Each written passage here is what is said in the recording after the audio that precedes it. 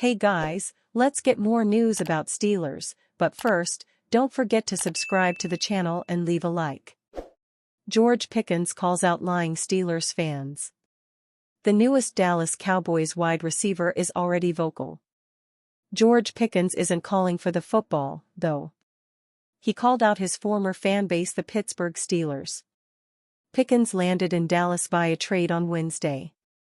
That move sparked joyous Steelers fans who vocally won't miss him. The incoming Cowboys WR, however, delivered a fierce clap back. Fox NFL insider Jordan Schultz captured Pickens' Instagram story calling out Steelers fans, even accusing them of lying. Literally on a plane. No service. Just landed and seen straight lies from Pitt fans, Pickens began.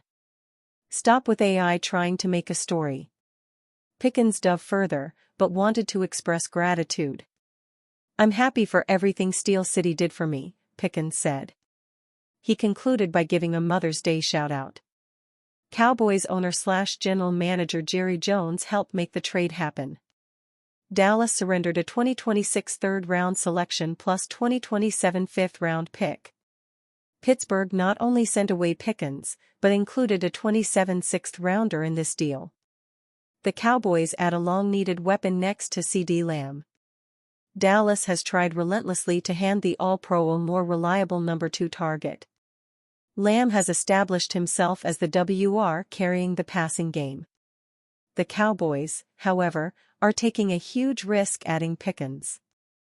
ESPN NFL insider Louis Riddick called out the combustible elements attached to this deal. On paper, it makes them a much more explosive offense, Riddick said. But from the Steelers' point of view, there comes a point in time where the talent is not good enough for me to tolerate it. I don't know if Dallas knows what they're getting.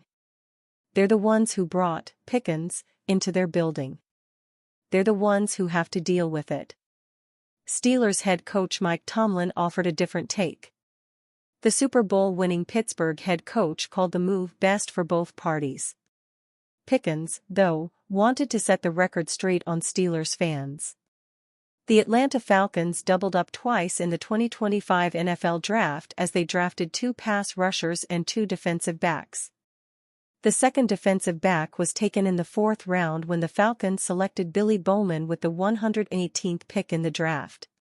Bowman played collegiate football for the University of Oklahoma. He brings a strong competitive edge to the secondary. In an article by Taryn Walk, General Manager Terry Fontenot explains what the organization likes about Bowman and what they expect him to bring to the team. If you don't enjoy watching him play, then you just don't like football.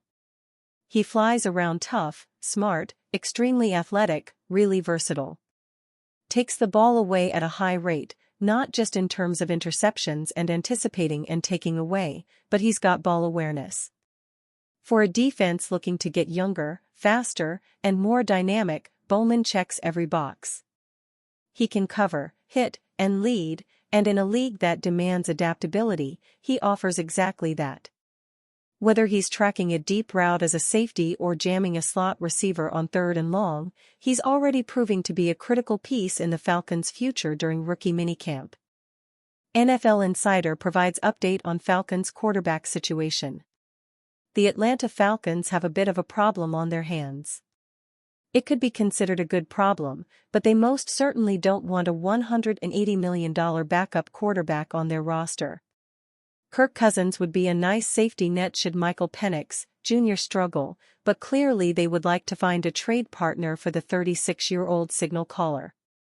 Unable to move Cousins over the 2025 NFL Draft, the Falcons would likely be talking to the Indianapolis Colts. Anthony Richardson and Daniel Jones aren't particularly inspiring to anyone at this point. The Pittsburgh Steelers, if Aaron Rodgers bails on them, they would be stuck with a seriously empty cupboard, and perhaps the New Orleans Saints since Derek Carr just retired.